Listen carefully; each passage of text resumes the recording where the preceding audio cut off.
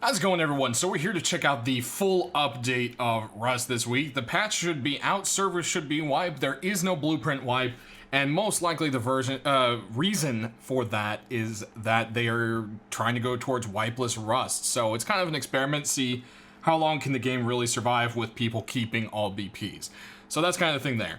But today we're going to show off everything that is new, kind of go into a summary of most of it, and then there'll probably be a more in-depth video on the oil rig itself. Now, the puzzle, I've been told, isn't finalized, so it could change, so I'll probably have to make an updated version of that when we get there. But let's go ahead and talk about a couple things before we get started. We've got the oil rig monument, which is in this update, but there's also another oil rig. The small one is the one that made it in this time. The large oil rig was not finished, and the main reason for this is Helk and team are actually working on the AI. Helk has redone it from the ground up, starting with the oil rig scientists and so forth, and eventually it's going to be all of the scientists everywhere, and then the animal AI. He said he's sick and tired of seeing the crappy animals and how they work and getting stuck in bases, doing nothing, spinning in circles, sitting there. He said it's been driving him nuts long enough. It's something he really wants to delve into getting done right. So they've started fresh, new way, more optimized, and so forth. And that's just a great thing. The AI has been something that's been lacking in this game for a while. And, you know, if they're going to make that something serious, it's so awesome to see that the team is going to be working really hard on that. And I'm very excited on that. For some performance, we should see a faster staging builds. That's only important if you actually check out staging server. For the Linux and Mac people, there's been some work for the Vulkan and Metal for the kind of like the Open GL, so forth. I don't play on that. I play on the Windows PC, which is going to be the most variable gaming situation. But for those of you who do use Macs or Linux, they are still working on trying to get things work. And if you want to look at the dev blog, they've got some details for you there. Next up, they've got a few other kind of fixes to performance, because this is the biggest thing you all ask for always. There's ordered entity networking, asset warm-up optimizations have also been done. There's the new ocean upgrade, which you can see our boat has been rocking back and forth. You're thinking, oh, the added waves is going to be laggier. Well, actually, this new system of, you know, the entire ocean physics is going to be less intensive on the server and more detailed. So this is just kind of the start here, but in a moment we'll kind of cruise around and you'll see how the waves work. You know, larger waves are more stronger and so forth kind of thing. They've also added a new thing. It's called World Reflections. It used to be an option, and it is now an option again. So if you go ahead and head, I think in World Reflections right here, you can set it to 1, 2, or 0. It's on 1 by default, I believe. Saying it's a 0 will make, I guess, probes reflect on the sky. 1 makes the sky and terrain, and 2 reflects the sky, terrain, and world buildings. So if you want it to be running on maximum, you know, it'll look great, but you want to kind of turn it down if your machine's not exactly the strongest. So that's kind of what's going on there. Before we hop into anything else, there is also been a lot of work on what's called light culling, and you'll see this picture up here, and it's just kind of showing the details of all the lighting they've done on this new oil rig. The oil rig and the cargo ship have both got this now, and it's kind of it's an asset problem with all these different lights loading and this and that, and they're basically refining that system, but in the same time making the monuments come more alive. You know, lights will turn on at night rather than being on all the time, you know, dynamic lighting and so forth, just kind of make the world seem more immersive and real. And that's definitely a cool, you know, addition there, and it helps us out. And lastly, before we jump into what's new in this update, we've got 2 more things I want to talk about. There's the giant excavator, which we teased you in the last video. We've got some more screenshots for it, and it's looking amazing. For information we have on it so far, it will spawn in the desert, and that is all we know. I'm hoping we can turn it on and get some kind of ore bonus or something. We'll just have to see. And yes, unfortunately, the dump truck and tractor will not be drivable. They are just for look-sees, sadly. So, oh well. But here's the one probably most people are excited for. We've actually got a more finalized version of the grenade launcher. Unfortunately, it wasn't finished enough to be added into this update, so we'll probably see it next month.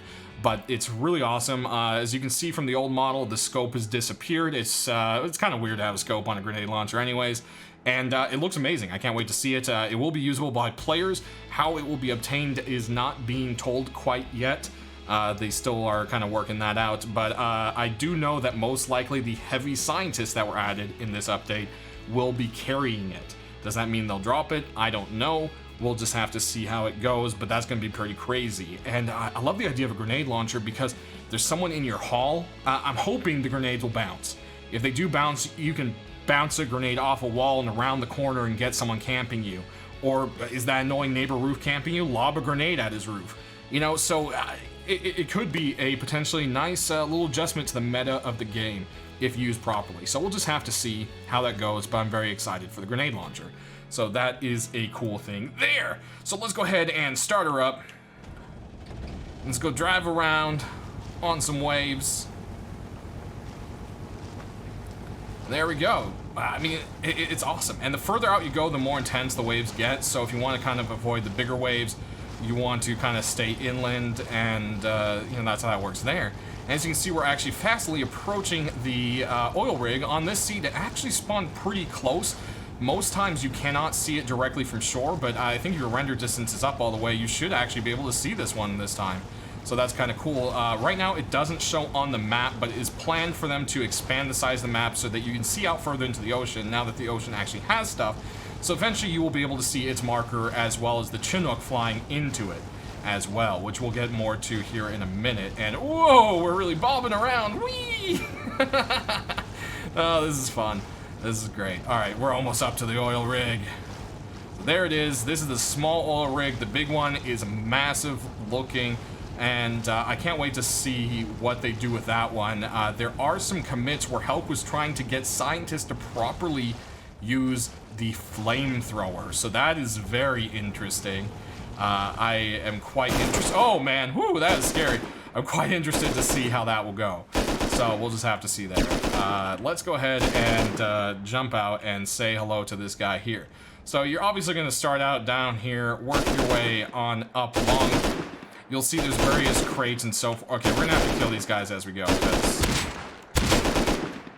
they are being very annoying and loud. As you'll see, the scientists here also use things like laser sights, so they do have actual, you know, attachments and so forth, which is quite cool. The scientists here should be pretty standard as they usually are in the rest of the monuments, other than the fact that, like I previously mentioned, these guys do have the new updated AI and should behave a lot better. So that's actually really neat there. There's going to be, you know, several barrels around here and there that you can knock around. And right now the puzzle itself actually requires green, red, blue, and if you want the bonus loot, a fuse. But eventually the whole thing will have a proper, like, actual monument puzzle going on. You also notice that the scientists here seem to have better loot, and yes, I am wearing the heavy armor. We'll look at that in a minute. And yeah, a lot of high quality things like that, but the real loot is what really comes through the actual heavy scientists that get dropped off, which we'll show here in a minute. The one thing I wanted to mention is there's all these kind of like busted pipes here, and I'm wondering if that might have something to do with eventually with the final puzzle. It could just be a cool visual effect, but we've got the alarm sensors set up here and everything. I think there's going to be some kind of thing where maybe the rig can even set fire. I don't know. We'll have to see. Man, you guys are so loud. There's also crude oil and regular kind of barrels around. I really wish these cobalt solution things had a ton of crude in them, but unfortunately they don't. Let's go ahead and check out, you know, a few more of these dudes. As you can see, there's a lot of scientists as you head up the levels. And yeah, we got some boxes here. These seem to be pretty standard when it comes to the loot. Some more barrels, and there's usually a box on the opposite side as well. Looks like it's not popping up there for me. But here's the first key card, and you know, once you swipe the green one in there, there's a couple normal boxes and a recycler. Then you can go ahead and head up to the next floor, which is going to take you to the top, and this is where a ton of scientists are. So we're going to clear these guys out a little bit real quick.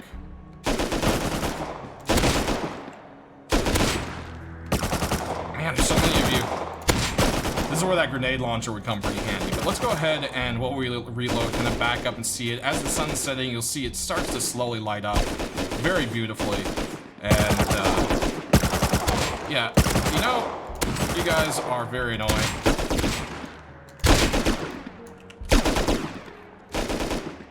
There is a lot of them here. This is definitely something you're probably going to want to do with a group. Because, well, you know, blah, blah, blah. Nerf the solos, wah, wah. You know, the typical. As much as how beautiful the nighttime is on the rig, I'm going to go ahead and set it to day. Because it's just a little bit easier to kind of showcase things. So there we go, the day should be popping up. All right, so now that we're up here, this is where the blue is. You come in here, there's a a green key card sitting around, and you can then get into the red room, which has a military crate. This crate seems to always be really good. The times I've checked it out, it always has something awesome in it. But yeah, there's that there. And then over here, again, we've got another broken pipe. So I'm wondering if that eventually will have something to do with it. We'll just have to see. But over here, you've got a place to put in a fuse. Once you put in the fuse there, there's also a box there. You can pop this door, and there's some green boxes in here. They seem to have the typical green box loot on them. So, you know, that's kind of the standard thing there. But let's go ahead and see what makes this thing truly special. So we're going to go ahead and... that's weird. We're going to go ahead and start the hack. Oh, the alarms are working now! Yes! This is awesome. There comes the Chinook. Here it comes. Oh, that's cool. I didn't know. Oh, last time I checked it, they weren't working. That is so cool. Here it comes. It's almost here. It's almost here. Oh, hey, where'd you come from?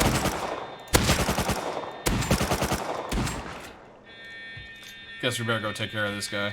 Oh, did you see that? He was like crouching and reloading. That's pretty cool. Alright, now that he's gone. Chinook, what are you doing? I think the Chinook's having a bit of an issue.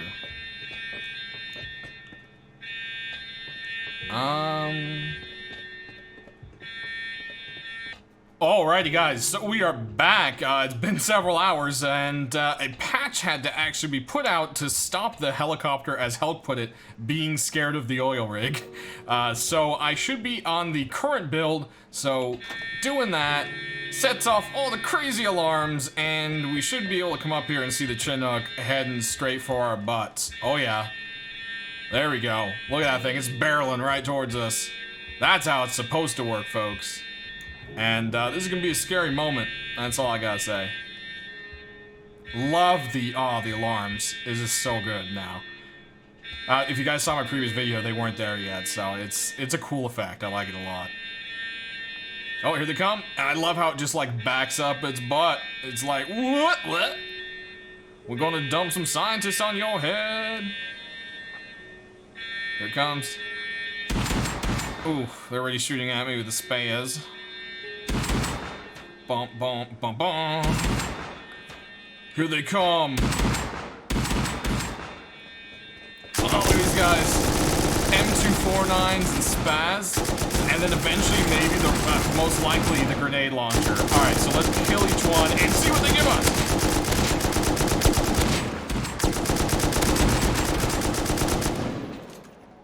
Bye-bye, Chinook. I'm reloading, too.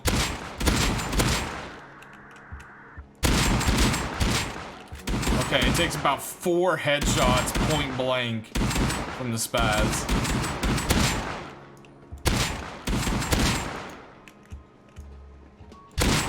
Yeah, it takes about 4 shots.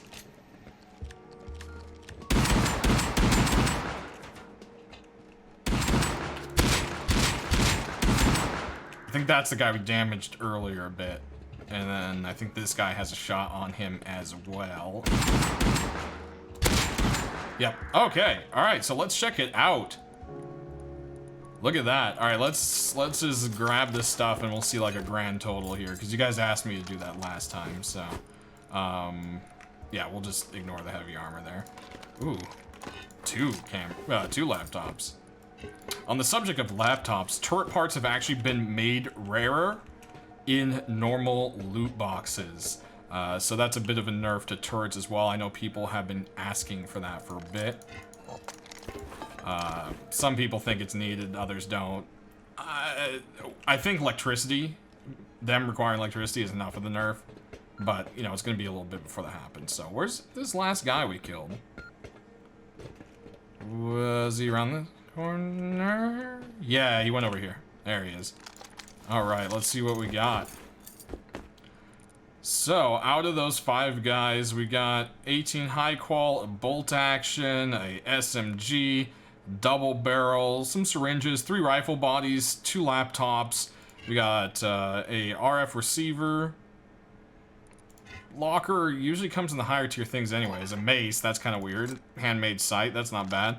So yeah, I mean, the loot in these guys is a lot better. And as you guys have seen too, the scientists around here seem to be a little bit better loot as well.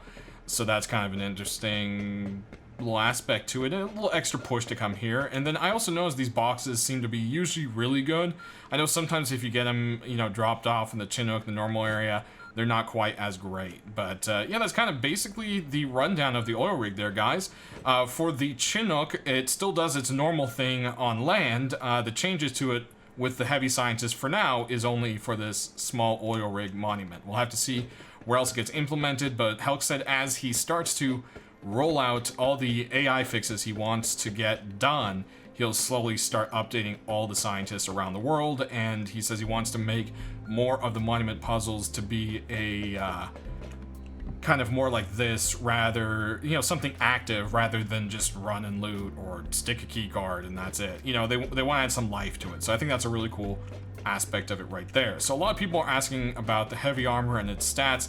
Now, as of now, and probably most, I have asked Help before if we're ever meant to get the normal scientist suit, you know, the hazmat, the blue one, and he said maybe, so we'll just have to see. But if you check this out, it gives 30, well, here, we'll just go ahead and click right on it. 30 projectile, 30 melee, 8 bite, rad protection is 50, cold 8, explosion 5, protects your entire body equally over that. So it's better than high qual, but I mean, it can't even compete with the actual heavy plate armor. So it's, you know, it's one of those things. It's not something we can actually get in game as of now anyways. The only benefit it has to it is it looks really freaking cool, and it's 5% better than high qual. So, you know, that's kind of how it's going with that right there. But that pretty much does it for the update, guys. That is the important gist of it. I hope you enjoyed checking all of this out. I'm very excited for this one, and I'll be putting out a tutorial on doing the actual monument here, showing the key cards, kind of going step by step. I kind of covered it in here, but you know, we'll actually go through it, you know, walk through it, no flying kind of thing, and you know, pump that up as a tutorial video. So that's gonna do it, guys. Lastly, if I didn't mention it earlier, because it's been a couple hours trying to put this video together, skins are delayed until Friday and should be out then. Thanks for watching, guys. We will see you next time once we have some more information, or let's say maybe the grenade launchers on staging. We'll just have to see. All right, guys, have a good one.